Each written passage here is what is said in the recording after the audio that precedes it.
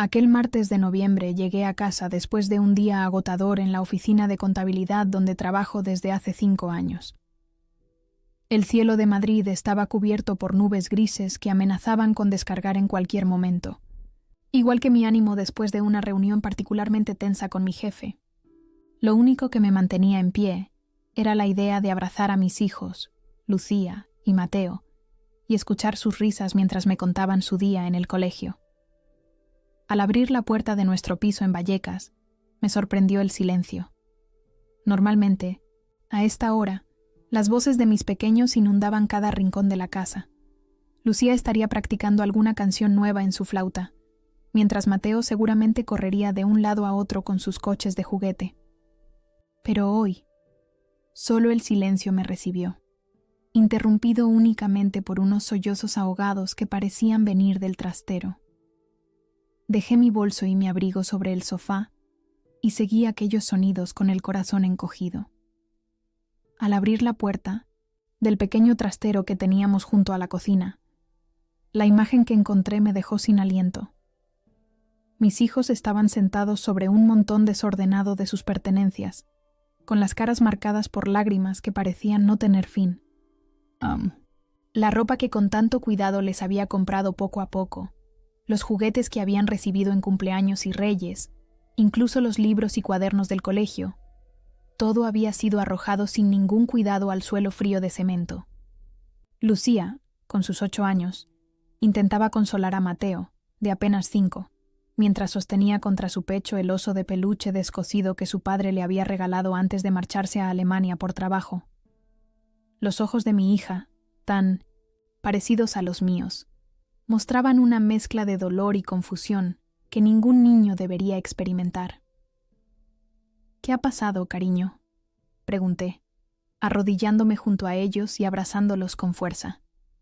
Entre hipos y lágrimas, Lucía me explicó que la abuela Carmen, mi suegra, había vaciado sus habitaciones mientras yo estaba trabajando. Dijo que el primo Álvaro viene a quedarse unos días y necesita nuestros cuartos, murmuró mi hija. Nos dijo que podíamos dormir aquí o en el sofá, que de todas formas nuestras cosas son viejas y no importan tanto como las del primo. Sentí que la sangre me hervía en las venas. Carmen, la madre de mi marido Miguel, vivía con nosotros desde que él tuvo que marcharse a Berlín hace 8 meses por un trabajo que no podía rechazar.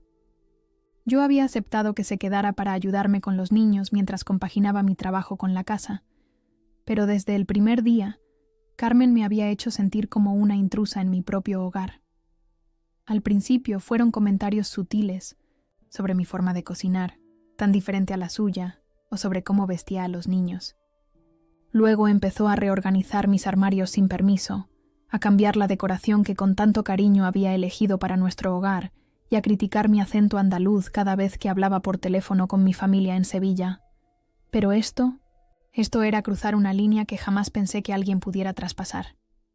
Con el corazón latiéndome con fuerza, dejé a los niños recogiendo algunas de sus cosas y fui a buscar a Carmen. La encontré en la cocina, preparando lo que parecía ser un pastel. Su expresión al verme fue desafiante, como si lo que había hecho no solo estuviera justificado, sino que fuera honorable. A sus 62 años, Carmen seguía siendo una mujer imponente, con su pelo teñido de negro azabache recogido, en un moño perfecto y su postura siempre erguida. ¿Se puede saber qué has hecho con las cosas de mis hijos?, pregunté, intentando controlar el temblor en mi voz. Carmen apenas levantó la mirada de la masa que estaba amasando. Álvaro viene mañana. Ya sabes que es alérgico y necesita un espacio limpio. Además, sus padres acaban de comprarle muebles nuevos y Miguel ha dicho que podemos usarlos aquí. ¿Miguel ha dicho? ¿Has hablado con él sobre esto?, pregunté, incrédula. No hace falta. Es mi hijo. Sé lo que querría. Álvaro es su sobrino favorito y siempre ha tenido un trato especial. Tus hijos pueden dormir en el trastero unos días. No les pasará nada. Son niños. Se adaptan a todo. Sus palabras me golpearon como bofetadas.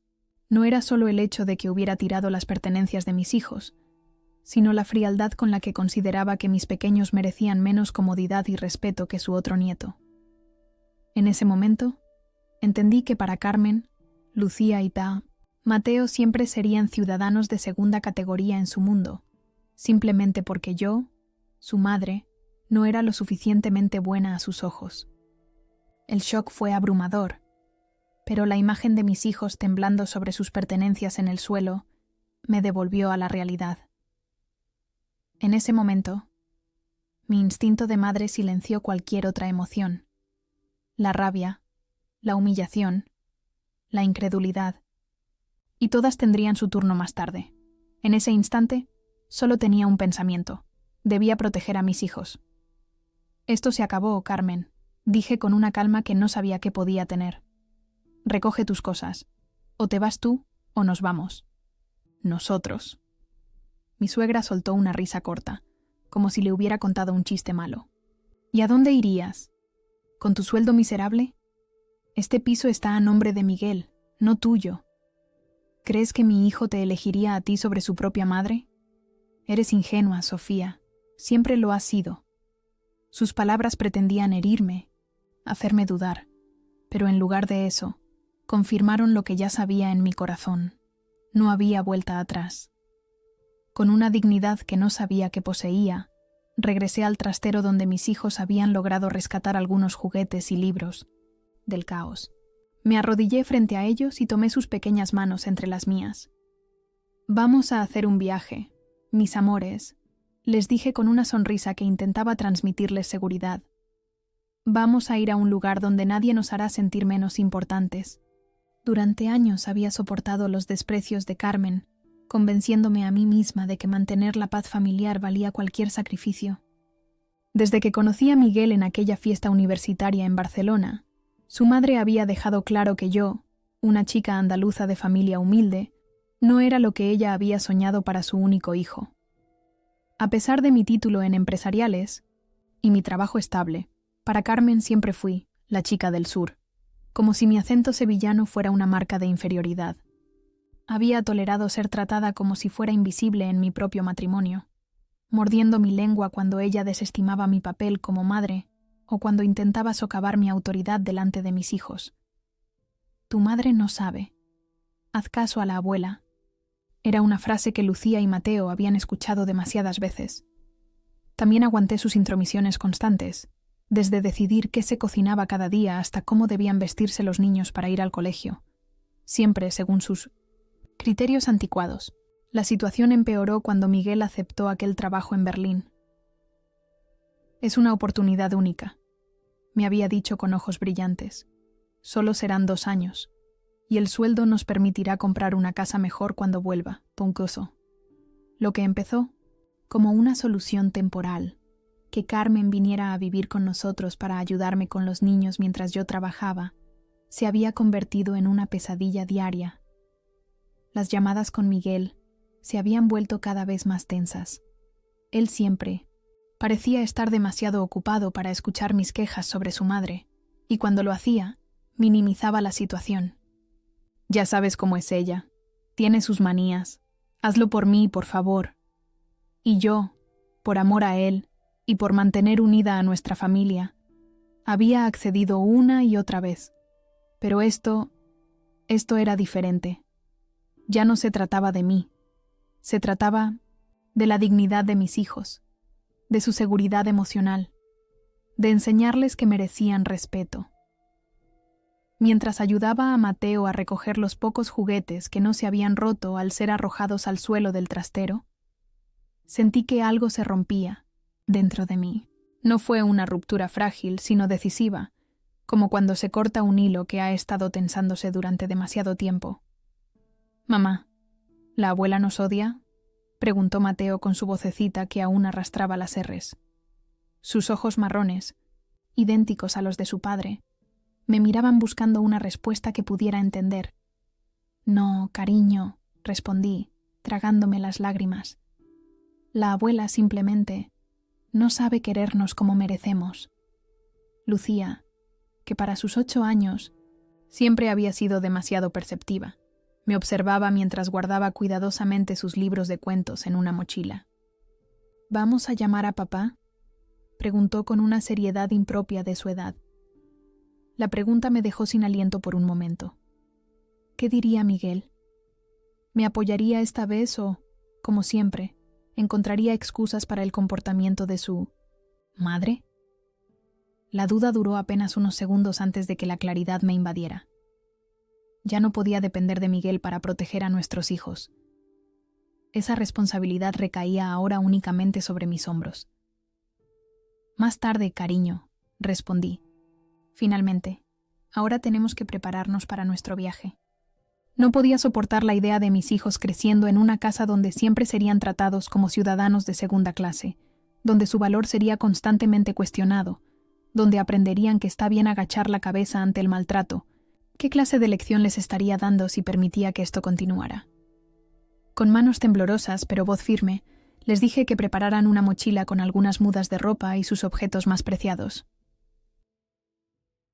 Sus ojos se abrieron, no por miedo, sino por esperanza, como si ellos también se dieran cuenta de que abandonar lo que les hacía daño era el único camino posible.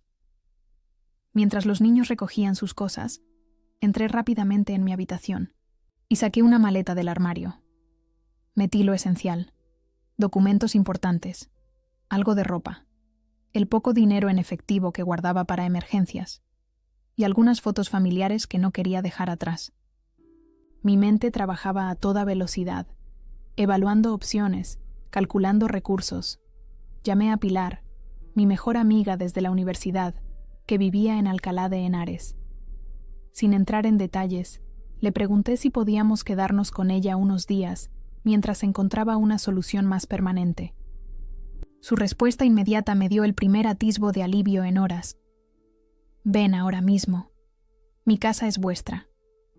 Cuando Carmen me vio salir de la habitación con la maleta, su expresión cambió por primera vez del desafío a la sorpresa. Quizás nunca pensó que yo tendría el valor de marcharme, de desafiar su autoridad impuesta. Durante un momento, pareció querer decir algo, pero luego su rostro se endureció nuevamente. «Si sales por esa puerta, no esperes que Miguel te perdone», dijo con frialdad. «Un hijo siempre elige a su madre». Sus palabras estaban diseñadas para sembrar la duda, para hacerme retroceder por miedo a perder a mi marido. Pero en lugar de atemorizarme, me dieron más certeza. Si Miguel realmente me obligaba a elegir entre mi dignidad y la suya, entre el bienestar de nuestros hijos y la comodidad de su madre, entonces tal vez ya había perdido mucho más de lo que creía. «Puede que tengas razón», respondí con una calma que no sabía que poseía. «Pero mis hijos nunca tendrán que elegir. Siempre me tendrán a mí, luchando por ellos». El rostro de Carmen se contrajo en una mueca de desdén, pero ya no me importaba. Su poder sobre mí se había desvanecido en el momento en que decidió que mis hijos valían menos que su comodidad. Regresé al trastero donde Lucía y Mateo me esperaban con sus mochilas listas. Mis ojos se llenaron de lágrimas al ver que Lucía había conseguido meter en su mochila el álbum de fotos familiar que con tanto cariño habíamos ido completando a lo largo de los años. Incluso en esta situación caótica, mi hija había sabido valorar lo verdaderamente importante. «¿Estamos huyendo, mamá?», preguntó Mateo, abrazando con fuerza su dinosaurio de peluche, el único juguete que había decidido llevarse. «No, mi amor», respondí, arrodillándome para quedar a su altura y mirarlo directamente a los ojos. «No estamos huyendo. Estamos eligiendo ser valientes. Estamos decidiendo que merecemos algo mejor». Lucía se acercó y tomó mi mano, su pequeño rostro mostrando una determinación que me sorprendió y me llenó de orgullo. «Yo te ayudaré con Mateo, mamá», dijo con seriedad. «Y también puedo trabajar cuando sea mayor, para que no estés tan cansada». Su ofrecimiento, tan inocente y tan lleno de amor, casi me rompió el corazón. A sus 8 años, mi hija ya estaba dispuesta a cargar con responsabilidades que no le correspondían. Me prometí en ese momento que, sin importar las dificultades que enfrentáramos, mis hijos recuperarían su infancia, libre de preocupaciones adultas y de desprecios injustificados. Con las maletas y mochilas listas, nos dirigimos hacia la puerta principal. Carmen seguía en la cocina, ahora fingiendo indiferencia mientras continuaba con la preparación del pastel para su nieto favorito. No nos despedimos. No había nada que decir que no hubiéramos dicho ya. Aquella tarde de noviembre, mientras el cielo de Madrid finalmente descargaba la lluvia que había estado amenazando todo el día, tomé la decisión que cambiaría nuestras vidas para siempre. Con manos temblorosas pero corazón decidido, cerré la puerta de lo que hasta entonces había sido nuestro hogar. Salimos del edificio bajo la lluvia madrileña, que caía con fuerza como si el cielo compartiera nuestro dolor. Abrí el paraguas, que siempre llevaba en mi bolso, y cubrí a los niños lo mejor que pude, mientras arrastrábamos nuestras maletas por las aceras mojadas. El sonido de las ruedas sobre los charcos y nuestros pasos apresurados era lo único que rompía el silencio entre nosotros. No me permití mirar atrás hacia las ventanas del tercer piso. Hacerlo habría significado dudar de una decisión que sabía necesaria. Lucía y Mateo caminaban junto a mí, todavía conmocionados pero visiblemente aliviados de alejarse de aquella situación. Sus pequeños rostros, aún marcados por las lágrimas, reflejaban una mezcla de confusión y esperanza que me partía el alma. Mateo se aferraba a mi mano como si temiera que pudiera desvanecerme, mientras que Lucía, siempre la más fuerte, ayudaba a cargar su mochila y la de su hermano. ¿Vamos a casa de la tía Pilar?, preguntó Mateo después de algunos minutos de camino hacia la estación de cercanías. Sí, cariño, respondí, intentando que mi voz sonara tranquila y segura. Nos quedaremos con ella unos días, hasta que mamá encuentre un lugar bonito para nosotros. ¿Y papá? ¿Sabe que nos vamos?, insistió el pequeño. La pregunta quedó suspendida en el aire húmedo de aquella tarde. ¿Cómo explicarle a un niño de 5 años que su padre, a miles de kilómetros de distancia, probablemente tomaría partido por su abuela? ¿Cómo hacerle entender que el hombre que aparecía sonriente en nuestras videollamadas semanales había permitido, con su silencio y su ausencia, que llegáramos a este punto? Hablaré con papá esta noche, respondí finalmente, optando por una verdad a medias que no aumentara su angustia. Ahora mismo lo más importante es llegar a casa de la tía Pilar y descansar un poco. El mundo exterior parecía indiferente a nuestro dolor. La gente pasaba a nuestro lado, apurada por llegar a sus hogares antes de que la lluvia empeorara. Algunos vecinos que nos conocían de vista nos saludaron con normalidad, sin sospechar el torbellino que arrasaba nuestras vidas. Un señor, mayor que siempre paseaba a su perro a la misma hora, nos sonrió amablemente, comentando algo sobre el mal tiempo, mientras yo sentía que cada paso nos alejaba no solo de un lugar físico, sino de toda una vida que creíamos segura. En la estación, compré 3 billetes para Alcalá de Henares, con el poco dinero en efectivo que había podido sacar antes de salir.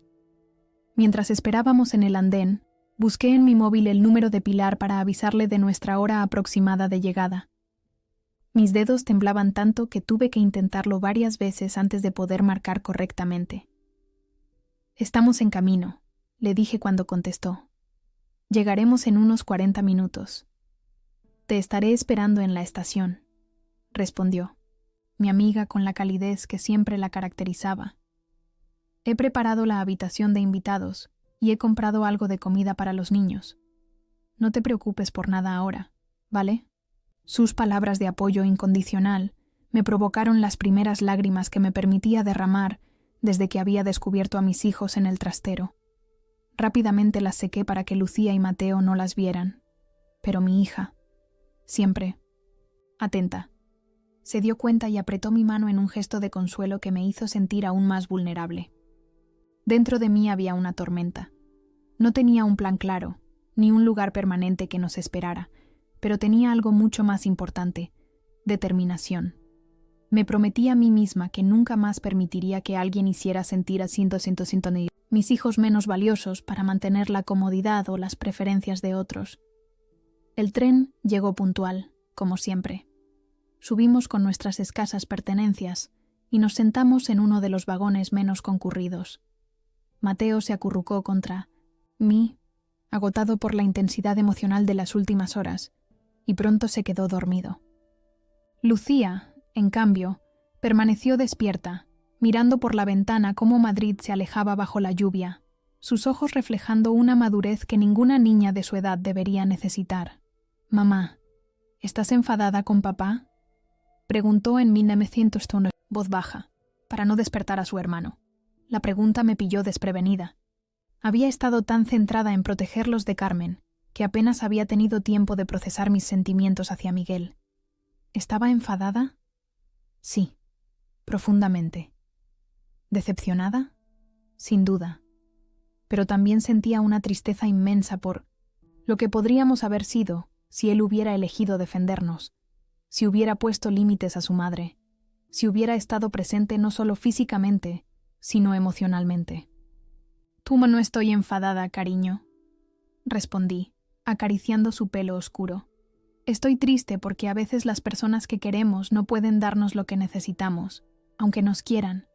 Como cuando yo quiero que Mateo juegue a las muñecas conmigo, pero él solo quiere jugar a los dinosaurios», reflexionó con esa lógica simple pero profunda de los niños.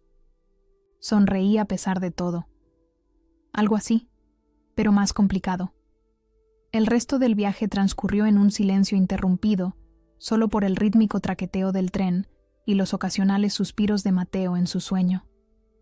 Mi mente no paraba de dar vueltas, y calculando nuestros escasos recursos, pensando en los pasos legales que debería dar, imaginando la reacción de Miguel cuando se enterara de lo sucedido. ¿Me llamaría furioso? ¿Intentaría comprender? ¿Se pondría inmediatamente del lado de su madre, como había hecho tantas veces antes? Cuando el tren anunció nuestra llegada a Alcalá de Henares, desperté suavemente a Mateo y recogimos nuestras cosas.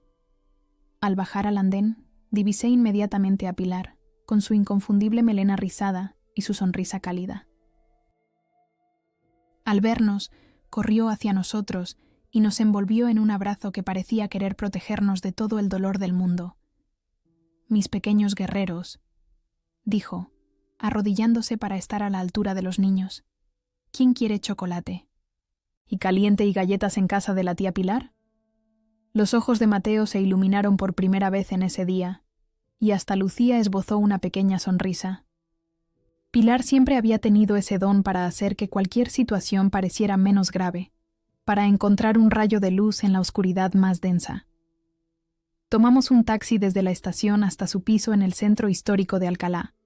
Era un apartamento pequeño pero acogedor, decorado con los colores vivos que tanto le gustaban a mi amiga y lleno de libros apilados en cada rincón disponible. Nada más entrar, el aroma a chocolate caliente y a hogar nos envolvió como un abrazo. «He preparado la habitación de invitados para vosotros», explicó Pilar mientras nos ayudaba a dejar las maletas. «No es muy grande, pero cabréis los tres perfectamente». «Es más que suficiente», respondí, conmovida por su generosidad. «No sé cómo agradecerte esto, Pilar». «No digas tonterías», me cortó con firmeza. «Tú habrías hecho lo mismo por mí. Ahora, id a refrescaros mientras termino de preparar la cena. Y luego me contarás exactamente qué ha pasado, aunque me hago una idea bastante aproximada». Esa noche, después de que los niños finalmente se durmieran acurrucados en la cama de la habitación de invitados, le conté a Pilar toda la historia entre lágrimas contenidas y tazas de té que se enfriaban olvidadas sobre la mesa. Le hablé de los años de pequeñas humillaciones, de comentarios mordaces, de límites traspasados, de cómo Miguel siempre encontraba excusas para el comportamiento de su madre, de cómo me había sentido cada vez más sola en mi propio matrimonio. «Deberías haberme llamado antes», me reprochó suavemente Pilar. «Has aguantado demasiado tiempo por ti misma. Supongo que parte de mí esperaba que las cosas mejoraran», confesé. «Que Miguel finalmente entendiera, que Carmen cambiara. Qué ingenua, ¿verdad? No es ingenuidad creer en las personas que amas», respondió. «Mi amiga, pero ahora tienes que creer en ti misma, Sofía. Tienes que ser fuerte por tus hijos». Aquella noche, acostada junto a mis pequeños en aquella cama que no era la nuestra, en aquel piso que no era nuestro hogar, comprendí que la libertad a veces comienza con los pasos más inciertos. Observé a Lucía y Mateo dormir plácidamente, sus respiraciones acompasadas, sus caritas por fin relajadas, y supe que había tomado la decisión correcta. No tenía idea de lo que nos deparaba el futuro, pero cualquier camino que nos alejara del desprecio y la crueldad sería mejor que el que habíamos dejado atrás. Antes de quedarme dormida, vencida por el agotamiento físico y emocional, mi móvil vibró con un mensaje. Era Miguel. Mi madre me ha llamado. Dice que te has ido con los niños. ¿Qué está pasando? Llámame en cuanto puedas. Apagué el teléfono sin responder. Esa conversación tendría que esperar hasta mañana. Esta noche necesitaba reunir fuerzas para lo que vendría después. Los días que siguieron a nuestra huida fueron un torbellino de decisiones que había pospuesto durante demasiado tiempo. La mañana siguiente, mientras Pilar llevaba a los niños al parque para distraerlos, me armé de valor y llamé a Miguel. La conversación fue exactamente como había temido. Comenzó con su incredulidad, siguió con su intento de minimizar la situación y terminó con su ultimátum apenas velado. Mi madre dice que exageras, que solo estaba reorganizando las habitaciones, dijo con ese tono condescendiente que había desarrollado desde que empezó a trabajar para aquella multinacional alemana. Sabes cómo es ella, un poco tradicional, y con sus manías, pero tiene buen corazón. ¿Buen corazón?, repetí, sintiendo cómo la indignación me subía por la garganta. Tiró las cosas de tus hijos al trastero, Miguel. Les dijo que valían menos que su primo. ¿Eso te parece tener buen corazón? El silencio al otro lado de la línea me indicó que, al menos, mis palabras habían encontrado alguna grieta en su defensa automática hacia su madre. Pero duró poco. Estás sacando las cosas de contexto, Sofía. Álvaro viene solo por unas semanas. Es normal que necesite un espacio adecuado. Además, los niños pueden dormir contigo esos días. No es para tanto. Respiré hondo, y contando mentalmente hasta 10 para no explotar. No es solo por esto, Miguel, y lo sabes. Son años de desprecios, de hacernos sentir menos, y tú nunca has hecho nada al respecto. ¿Qué quieres que haga? ¿Que elija entre mí, madre y tú? Es una situación imposible para mí, y ahí estaba, la verdadera cuestión. Miguel nunca elegiría, porque en su mente, elegir significaba perder algo. Nunca entendió que al no elegir defendernos, ya nos estaba perdiendo poco a poco. No te estoy pidiendo que elijas, respondí con una calma que no sentía. Te estoy informando de que yo ya elegí. Elegí proteger a nuestros hijos. Elegí respetarme a mí misma. Si quieres ser parte de esa decisión, tendrás que demostrar que estás de nuestro lado. La llamada terminó poco después, con Miguel prometiendo que pensaría en todo y me llamaría en unos días. Ambos sabíamos que esos días se convertirían en semanas de silencio incómodo, en mensajes escuetos preguntando por los niños, en videollamadas tensas donde fingiríamos normalidad por el bien de Lucía y Mateo. Al día siguiente, siguiendo el consejo de Pilar, concerté una cita con Laura Mendoza, una abogada especializada en derecho familiar que tenía su despacho cerca de la Plaza de Cervantes. Era una mujer de unos 50 años, con una mezcla perfecta de empatía y determinación en su mirada. Le conté toda nuestra historia, desde el principio, sin omitir mis propios errores y debilidades. Ella escuchó con atención, tomando notas ocasionales y asintiendo. Lo primero que debemos hacer es asegurar tu situación legal y la de tus hijos, explicó cuando terminé mi relato. Necesitamos documentar todo lo ocurrido, establecer una pensión provisional de alimentos y regular un régimen de visitas. Dado que tu marido está en el extranjero, podemos solicitar medidas urgentes. Salí de aquella primera reunión con una mezcla de alivio y temor. Por un lado, sentía que por fin alguien tomaba en serio nuestra situación y me ofrecía un camino a seguir. Por otro, la realidad de lo que significaba todo esto, posiblemente un divorcio, batallas legales, la división de nuestras vidas, me abrumaba. Pero no tenía tiempo para hundirme en esos pensamientos. Los niños dependían de mí y necesitábamos estabilidad cuanto antes. Con la ayuda de Pilar, comencé a buscar un piso de alquiler en Alcalá que pudiéramos permitirnos. Con mi sueldo. No fue fácil. Los precios eran elevados y muchos propietarios se mostraban reticentes ante una madre soltera con 2 niños y sin aval. Finalmente, tras 2 semanas de búsqueda incansable, encontramos un pequeño apartamento en un barrio tranquilo, cerca de un colegio público.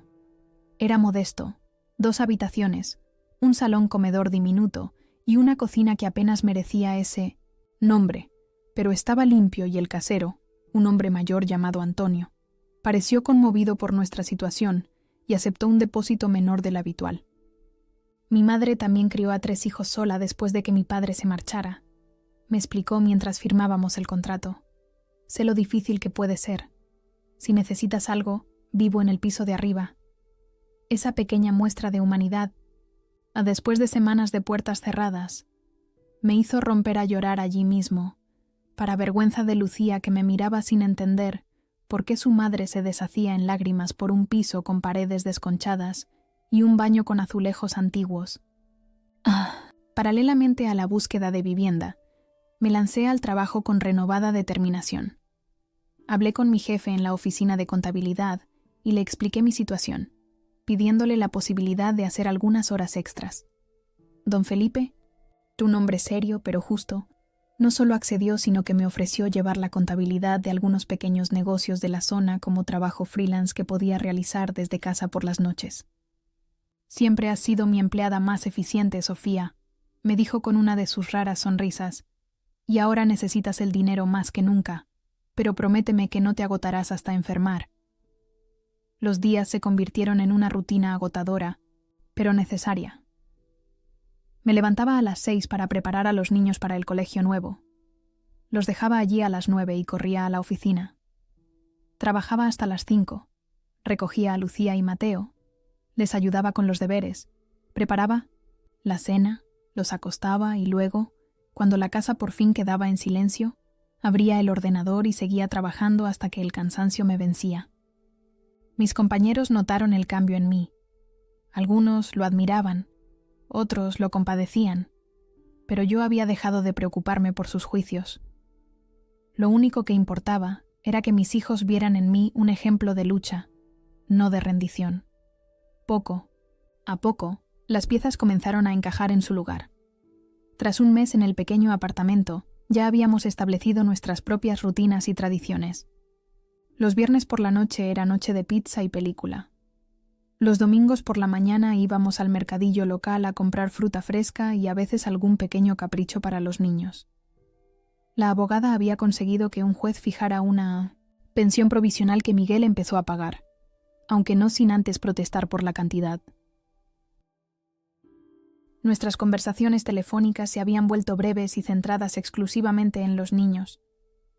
Él les llamaba 2 veces por semana, y aunque al principio Mateo terminaba siempre llorando después de hablar con su padre, poco a poco se fue acostumbrando a esta nueva normalidad. Una tarde, mientras clavaba un clavo en la pared para colgar un dibujo que Lucía había hecho en el colegio, un retrato de nuestra nueva familia, incluyendo a Pilar, que nos visitaba casi a diario, y a Antonio, nuestro casero, representado, como un anciano sonriente con un bastón, me di cuenta de que, por primera vez en mucho tiempo, sentía algo parecido a la paz. Nuestro nuevo hogar no era lujoso ni grande, pero era nuestro. Cada clavo en la pared, cada mueble rescatado de tiendas de segunda mano, cada planta que empezaba a florecer en el pequeño balcón, era un símbolo de nuestra independencia. Mis hijos decoraron sus habitaciones compartidas con dibujos y pósters, y poco a poco, las risas volvieron a llenar nuestros espacios. Una noche, mientras preparábamos la cena juntos, Lucía se había vuelto una experta cortando verduras y Mateo ponía la mesa con una seriedad cómica. Mi hija me sorprendió con una observación. «Mamá, creo que ahora somos más felices», dijo mientras removía la sopa de verduras que burbujeaba en el fogón. «Antes siempre estabas triste, aunque intentaras sonreír». Sus palabras me dejaron sin aliento. ¿Tan evidente había sido mi infelicidad? ¿Cuánto habían percibido mis hijos sin que yo me diera cuenta? ¿Tú crees?, pregunté, intentando que mi voz sonara normal. Sí, asintió con la sabiduría de sus 9 años recién cumplidos. Ahora cantas en la ducha y sonríes. De verdad. Y la abuela ya no está para regañarnos todo el tiempo. En ese momento comprendí que habíamos hecho mucho más que encontrar un nuevo lugar para vivir. Habíamos recuperado nuestra capacidad para ser felices, para respirar, sin miedo, para existir sin pedir perdón constantemente. Y aunque el camino había sido duro, y aún quedaban muchas batallas por librar, sabía que habíamos tomado la dirección correcta. Habían pasado casi 6 meses desde nuestra partida, cuando las circunstancias me obligaron a cruzarme de nuevo, con Carmen. Miguel había regresado temporalmente a España para una reunión de trabajo y quería ver a los niños.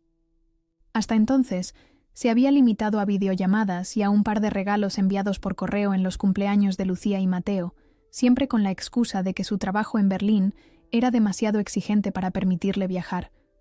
Laura, mi abogada, me había aconsejado permitir el encuentro, pero en un lugar neutral, como el parque cerca de nuestra casa. Es importante para el proceso que demuestres buena voluntad respecto a la relación de los niños con su padre. Pon, me explicó. Durante una de nuestras reuniones, accedí, pensando que sería solo Miguel quien vendría a verlos.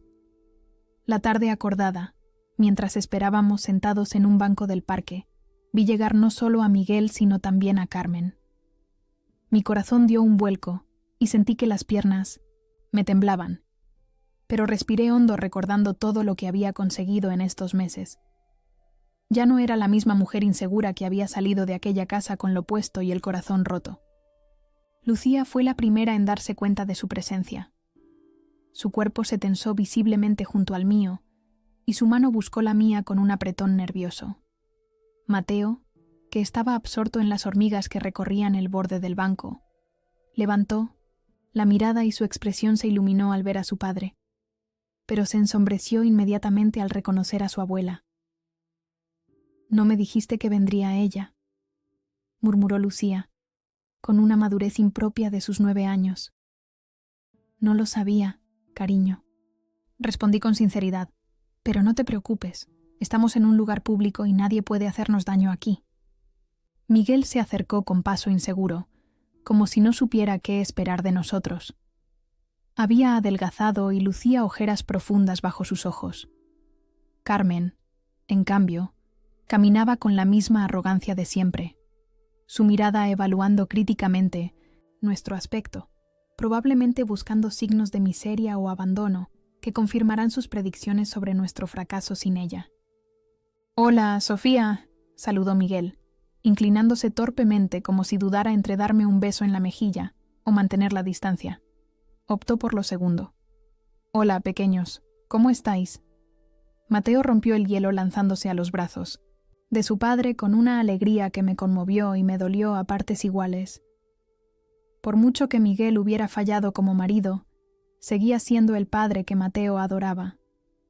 Lucía, más reservada, se limitó a darle un abrazo rápido antes de retroceder hasta quedar parcialmente escondida tras de mí. Carmen no se molestó en saludarme. En su lugar, extendió los brazos hacia los niños con una sonrisa que no llegaba a sus ojos. ¿Es que la abuela no merece un abrazo después de tanto tiempo sin veros? Mateo miró hacia mí, como buscando permiso o quizás protección. Le sonreí levemente, dejándole claro que la decisión era suya. Después de un momento de duda, se acercó y permitió que Carmen le diera un abrazo breve. Lucía, en cambio, permaneció inmóvil junto a mí. «Lucy, ¿no vas a saludar a la abuela?», insistió Miguel con tono tenso. «No quiero», respondió mi hija con una firmeza que me sorprendió. La abuela fue mala con nosotros. Vi cómo el rostro de Carmen se transformaba en una máscara de indignación contenida. Sus ojos me taladraron, como acusándome de haber envenenado a los niños en su contra. Miguel parecía incómodo, atrapado entre 2 fuegos que llevaba toda la vida evitando. «Lucía, no digas esas cosas», intentó corregirla. «La abuela os quiere mucho». Él nos tiró las cosas al trastero, respondió Lucía con la brutal honestidad de los niños. Dijo que éramos menos importantes que el primo Álvaro. Un silencio incómodo se instaló entre nosotros. Algunos padres cercanos, sentados en otros bancos, miraban disimuladamente en nuestra dirección, atraídos por la tensión evidente de la escena. «Eso es agua pasada», intervino Carmen finalmente, con una sonrisa forzada. «La abuela solo estaba organizando un poco la casa. Y os he traído regalos», añadió, sacando de su bolso 2 paquetes envueltos en papel brillante. Mateo miró los regalos con interés. Siempre había sido fácil de sobornar con cualquier juguete nuevo, pero no se movió para cogerlos. La mirada de Lucía, en cambio, se endureció aún más. «No queremos regalos», declaró. «Queremos que pidas perdón por ser mala con nosotros y con mamá». En ese momento, sentí un orgullo tan intenso por mi hija que apenas pude contener las lágrimas. Esa niña que antes temblaba ante las críticas de su abuela, ahora se enfrentaba a ella, con una dignidad que muchos adultos no poseen, y lo hacía no solo por ella, sino también por mí. Carmen pareció momentáneamente desconcertada, pero su expresión pronto se tornó en la conocida mueca de desdén. «Veo que tu madre te ha enseñado a ser tan desagradecida como ella. Siempre fuimos generosos con vosotros. Os dimos un techo». «Basta, mamá», intervino Miguel, sorprendiéndonos a todos. «No hemos venido a discutir. Hemos venido a ver a los niños».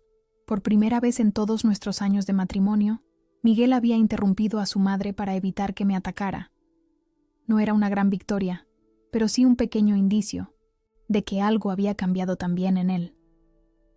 «Propongo que vayamos todos a tomar un helado», sugirió, en un evidente intento por aligerar la tensión. «Hace un día precioso y hay una heladería nueva cerca de aquí». Mateo aplaudió ante cientos la idea, siempre entusiasta cuando se trataba de dulces. Lucía seguía recelosa, pero finalmente accedió con un pequeño asentimiento. Mientras caminábamos hacia la heladería, observé cómo Miguel intentaba entablar conversación con los niños, preguntándoles por el colegio y sus nuevos amigos. Carmen, en cambio, se mantenía unos pasos por detrás, con los regalos, aún en la mano y una expresión agria en el rostro. En la heladería, me senté intencionadamente al lado de los niños, dejando que Miguel ocupara el asiento frente a ellos. Carmen se sentó junto a su hijo, lanzándome miradas evaluadoras, de tanto en tanto. Cuando nos sirvieron los helados, noté que estudiaba nuestro aspecto con detenimiento, probablemente buscando signos de negligencia que pudiera usar en nuestra contra. «Los niños se ven delgados», comentó con fingida preocupación. «¿Están comiendo bien?» Antes de que pudiera responder, Miguel intervino de nuevo. «Se ven perfectamente bien, mamá. De hecho, Mateo parece haber crecido varios centímetros desde la última videollamada». Carmen ignoró a su hijo y continuó con su interrogatorio. «¿Y el colegio? ¿Es bueno? Porque en el anterior tenían muy buenas notas». «Siguen teniendo buenas notas», respondí con calma, decidida a no dejarme provocar. «La profesora de Lucía dice que es una de las mejores de la clase en matemáticas, y Mateo ha empezado a leer de forma fluida». Vi un destello de sorpresa en los ojos de Miguel. Hacía tiempo que no hablábamos realmente de los progresos de los niños. Nuestras conversaciones telefónicas se habían limitado a lo esencial, a lo práctico. «Estoy aprendiendo a tocar». «La flauta», intervino Lucía, dirigiéndose a su padre e ignorando deliberadamente a su abuela. «La tía Pilar me está enseñando». «¿Pilar? ¿Tu amiga de la universidad?», preguntó Miguel, visiblemente interesado en esta nueva información. «Sí, nos ha ayudado mucho», respondí, sin entrar en detalles sobre cuánto le debíamos realmente a mi amiga. «Viene a menudo a casa y a veces se queda con los niños cuando tengo que trabajar hasta tarde». La conversación continuó con este tono, los niños relatando poco a poco aspectos de nuestra nueva vida. El parque cerca de casa donde Mateo había aprendido a montar en bicicleta sin ruedines, la biblioteca donde Lucía pasaba horas los sábados, nuestro ritual de pizza y película los viernes por la noche. Con cada detalle, con cada anécdota, estaba claro que Carmen se daba cuenta de que, contra todos sus pronósticos, habíamos construido una vida feliz sin ella. Después de los helados, Miguel sugirió dar un paseo por el parque. Durante 1200 el camino. Aprovechó un momento en que Carmen se había adelantado con Mateo para acercarse a mí. «¿Y te ves bien, Sofía?», dijo en voz baja. «Diferente, pero bien, más, segura». «Lo estoy», confirmé. «He descubierto que soy mucho más fuerte de lo que creía». Hubo un silencio breve, cargado de todas las palabras no dichas, de todas las disculpas no ofrecidas, de todos los reproches contenidos. «Mi madre no cambiará nunca», dijo finalmente, como una confesión. «Me he dado cuenta en estos meses, viéndola hablar de vosotros, de ti. Creo que nunca entendí realmente lo que te hacía pasar. No supe qué responder. Una parte de mí quería gritarle que era demasiado tarde, que su comprensión llegaba después de años de daño. Otra parte, sin embargo, se sentía ligeramente aliviada de que por fin viera la verdad. «Los niños te echan de menos», dije en su lugar, «especialmente Mateo». «Y yo a ellos», respondió con una sinceridad que no pude negar. «Y a ti también, Sofía». Antes de que pudiera procesar sus palabras, Carmen y Mateo regresaron hacia nosotros. Mi suegra había conseguido que mi hijo aceptara uno de los regalos y lo llevaba en brazos, rasgando ya el papel de envolver. El resto de la tarde transcurrió en esta extraña danza de tensiones y momentos de aparente normalidad. Cuando llegó la hora de despedirnos, Miguel abrazó largamente a los niños, prometiéndoles que intentaría venir más a menudo a España. Carmen, tras su fallido intento de comprar el afecto de Lucía con un regalo que mi hija se negó a aceptar, se limitó a un adiós seco. Mientras se alejaban, sentí una mezcla contradictoria de emociones. Alivio porque el encuentro había terminado, orgullo por cómo mis hijos habían manejado la situación, y una punzada inesperada de nostalgia por lo que Miguel y yo podríamos haber sido si las circunstancias hubieran sido diferentes. Pero sobre todo, sentí la certeza de que aquel encuentro había marcado un punto de inflexión. Ya no éramos las víctimas asustadas que habían huido con lo opuesto hace 6 meses. Ahora éramos 3 personas que habían construido una nueva vida basada en el respeto mutuo y el amor incondicional. Y nadie, ni siquiera Carmen con su veneno sutil, podría arrebatarnos eso. A medida que el tiempo pasaba, las cicatrices dejadas por aquellos dolorosos días comenzaron a desvanecerse, sustituidas por nuevos recuerdos de resistencia y crecimiento. El pequeño apartamento de Alcalá de Henares, que al principio había sido solo un refugio temporal, se fue transformando poco a poco en un verdadero hogar. Las paredes, antes desnudas, se llenaron de fotografías, dibujos de los niños y pequeños tesoros encontrados en nuestros paseos de fin de semana. Lucía y Mateo florecieron en su nuevo entorno como plantas que por fin reciben la luz adecuada. En el colegio, mi hija descubrió una pasión por las ciencias que nunca había mostrado antes. Quizás porque ahora no tenía que preocuparse constantemente por la desaprobación de su abuela. Su profesora, una mujer joven llamada Elena, y me comentó durante una tutoría que Lucía mostraba un talento especial para la observación y el análisis. «Tiene una mente muy curiosa», me dijo con evidente admiración. El otro día trajo una colección de hojas que había clasificado por formas y tamaños. Creo que tenemos una pequeña científica entre nosotros. Mateo, por su parte, superó poco a poco su inicial timidez y comenzó a hacer amigos en el barrio. Cada tarde, después del colegio, un pequeño grupo de niños se reunía en el parque cercano, y pronto mi hijo se convirtió en uno de los líderes naturales de aquella pandilla. Verlo correr, reír y organizar juegos complejos que involucraban castillos imaginarios y dragones invisibles me llenaba de una alegría que compensaba todas las dificultades. En cuanto a mí, la vida seguía siendo un equilibrio constante entre el trabajo, los niños y la interminable lista de responsabilidades que conlleva ser madre soltera. Pero algo fundamental había cambiado. Ya no me sentía constantemente juzgada, ya no tenía que pedir permiso o disculparme por cada decisión.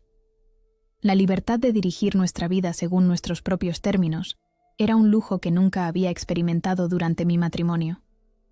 Mi relación con Miguel se fue transformando lentamente en algo más parecido a una asociación cordial que a la tensa batalla que había sido en los primeros meses después de nuestra separación. Tras aquel encuentro en el parque, pareció entender mejor nuestra realidad y comenzó a visitar a los niños con más regularidad, siempre solo, sin la presencia tóxica de Carmen. Un domingo de primavera, mientras Miguel llevaba a los niños al Parque Europa en Torrejón, aproveché para tomar un café con Pilar en nuestra cafetería favorita del centro histórico de Alcalá. ¿Sabes qué día es hoy?, me preguntó mi amiga mientras removía distraídamente su capuchino. Intenté hacer memoria, repasando mentalmente el calendario de obligaciones y fechas importantes. ¿El cumpleaños de alguien?, aventuré, sintiéndome culpable por si había olvidado alguna fecha significativa. Pilar sonrió con esa expresión que reservaba para cuando yo no veía lo obvio. Hoy hace exactamente un año que llegasteis a mi casa con vuestras maletas y el corazón roto. Un año, Sofía. ¿Te das cuenta de todo lo que has conseguido en 12 meses? Sus palabras me dejaron momentáneamente sin aliento. ¿Un año ya? Parecía imposible que hubiera pasado tanto tiempo desde aquella tarde lluviosa en que abandonamos el piso de Vallecas con poco más que lo puesto. Y sin embargo, al mismo tiempo, aquella vida anterior parecía pertenecer a otra persona, a una Sofía que apenas reconocía cuando miraba hacia atrás. Ha sido el año más difícil de mi vida, confesé, sintiendo cómo se me formaba un nudo en la garganta. Pero también el más verdadero, de alguna manera, como si antes estuviera viviendo una versión diluida de mí misma. Pilar extendió su mano sobre la mesa y apretó la mía con afecto. Estoy tan orgullosa de ti que podría explotar. ¿Recuerdas cómo temblabas aquella noche, convencida de que no podrías salir adelante sin Miguel? Y mírate ahora. Ascenso en el trabajo, un hogar precioso, 2 niños que brillan como soles. No pude evitar sonreír ante su entusiasmo. Era cierto. 3 meses atrás, don Felipe me había llamado a su despacho para ofrecerme el puesto de responsable del departamento contable, con un aumento de sueldo que nos había permitido por fin respirar un poco más tranquilos económicamente. Ya no necesitaba hacer horas extras hasta la madrugada, y podía pasar más tiempo de calidad con los niños. No lo habría conseguido sin ti, le recordé a Pilar. Sin tu apoyo al principio, cuando todo parecía imposible. Tonterías, replicó ella con un gesto desdeñoso. Yo solo te di un empujoncito. Tú hiciste todo el trabajo duro. Y hablando de trabajo duro, añadió, inclinándose hacia mí con expresión conspirativa. ¿Has pensado en lo que te comenté sobre Ricardo? Ricardo era el hermano menor de Pilar, recién divorciado y recientemente mudado a Alcalá. Mi amiga llevaba semanas insistiendo en presentarnos, convencida de que haríamos buena pareja, pero yo siempre encontraba excusas para posponer el encuentro. Pilar, ya te lo he dicho. No estoy lista para conocer a nadie en ese sentido. Estoy bien como estoy. Pero ha pasado un año, protestó ella. Y Ricardo es un buen hombre. Nada que ver con el imbécil de tu excuñado con el que intenté emparejarte en la universidad. Tiene un trabajo estable como arquitecto. Le encantan los niños. Y hace la mejor tortilla de patatas de toda la Comunidad de Madrid. No pude evitar reírme ante su insistencia. La tortilla de patatas es un argumento de peso, lo admito. Pero en serio, Pilar, mi vida ya es bastante complicada gestionando el trabajo, los niños, la casa. No tengo espacio mental para añadir una relación ahora mismo. Mi amiga suspiró con resignación teatral. Está bien, no insistiré. Hoy. Pero algún día tendrás que abrirte de nuevo a la posibilidad del amor, Sofía. No todos. Los hombres son como Miguel, y no todas las suegras son como Carmen. Sus palabras quedaron flotando en el aire mientras terminábamos nuestros cafés. Quizás tenía razón. Quizás algún día estaría lista para confiar de nuevo. Pero, por ahora, la libertad de tomar mis propias decisiones, de vivir según mis propios términos, era demasiado preciosa como para arriesgarla. Aquella tarde, cuando Miguel trajo de vuelta a los niños, noté algo diferente en su actitud. Parecía nervioso, como si quisiera decirme algo, pero no encontrara las palabras adecuadas. ¿Todo bien?, pregunté mientras Lucía y Mateo corrían a sus habitaciones para guardar los pequeños recuerdos que su padre les había comprado en el parque. Miguel dudó un momento, pasándose la mano por el pelo en un gesto que conocía bien de nuestros años juntos. Sí, es solo que me han ofrecido volver a España de forma permanente, un puesto en la sede de Madrid. La noticia me pilló por sorpresa. Durante el último año, la distancia geográfica había sido en parte lo que había facilitado nuestra nueva dinámica. Él en Berlín, nosotros en Alcalá, con visitas espaciadas y bien planificadas. ¿Y qué has decidido?, pregunté, intentando mantener un tono neutral. He aceptado, respondió, estudiando mi reacción. Pensé que sería mejor para los niños tenerme más cerca, y para nosotros también, para poder coordinar mejor todo lo relacionado con ellos. Sentí una punzada de inquietud. ¿Qué significaría esto para la frágil paz que habíamos conseguido establecer? ¿Volvería Carmen a ser una presencia constante en nuestras vidas? Como si leyera mis pensamientos, Miguel añadió: he alquilado un piso en Madrid, cerca de Chamartín, solo para mí. Mi madre seguirá en Vallecas, en el piso de siempre. El alivio que sentí fue casi físico. Me alegro por ti, dije con sinceridad. Y sí, será bueno para los niños tenerte más cerca. Se produjo un silencio incómodo, lleno de todas las cosas que habíamos dejado sin decir durante este año de separación. Finalmente, Miguel dio un paso hacia mí y, para mi sorpresa, tomó mis manos entre las suyas. Lo siento, Sofía, dijo con voz quebrada. Siento no haberte defendido, no haber puesto límites a mi madre, no haber estado realmente presente incluso cuando estaba físicamente ahí. Me he dado cuenta demasiado tarde de todo el daño que te hice. Sus palabras, tan esperadas durante años y ahora tan inesperadas, me dejaron sin aliento. Una parte de mí quería abrazarlo, decirle que todo estaba perdonado. Otra parte, la que recordaba todas las lágrimas derramadas, todas las noches de soledad, incluso cuando compartíamos cama, se mantuvo firme. Gracias por decirlo, respondí finalmente, retirando suavemente mis manos de las suyas. Significa mucho escucharlo. Miguel asintió, comprendiendo que mi respuesta no era una reconciliación, sino simplemente la aceptación de su disculpa. Algunos puentes, una vez quemados, no pueden reconstruirse, pero al menos podíamos construir algo nuevo, una relación de respeto mutuo por el bien de nuestros hijos. Esa noche, después de acostar a los niños, me senté en el pequeño balcón de nuestro apartamento, contemplando las estrellas que comenzaban a aparecer en el cielo de Alcalá. Pensé en el largo camino recorrido desde aquella tarde en que descubrí a mis hijos llorando sobre sus pertenencias en el trastero. Aquel momento había sido tanto un final como un principio, el final de años de sufrimiento silencioso y el inicio de una vida definida por la valentía. Había entrado en lo desconocido, pero al hacerlo, había enseñado a mis hijos el valor del respeto propio y la fuerza que proviene de alejarse de lo que te disminuye. Nuestra historia ya no era de humillación o pérdida, sino de victoria, ganada a través de la determinación silenciosa. El sonido de pequeños pasos interrumpió mis reflexiones. Lucía apareció en el balcón, con su pijama de estrellas y su pelo oscuro recogido en una trenza que ella misma había aprendido a hacerse. ¿No puedes dormir, cariño?, pregunté, haciéndole espacio a mi lado en la pequeña silla.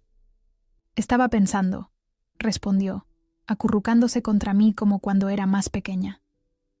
Papá nos ha dicho que viene a vivir más cerca. Sí, ¿qué te parece? Se encogió ligeramente de hombros. Está bien, supongo, pero no quiero. Volver a vivir como antes. No volveremos a vivir como antes, le aseguré, rodeándola con mi brazo. Nunca más. Lo sé, dijo con una confianza que me sorprendió. Porque ahora eres más fuerte, mamá, y nosotros también. Mientras abrazaba a mi hija bajo el cielo estrellado de aquella noche de primavera, entendí que el verdadero hogar no es un lugar físico, sino ese espacio intangible donde te sientes seguro, respetado y amado incondicionalmente. Y ese hogar, por fin, lo habíamos encontrado.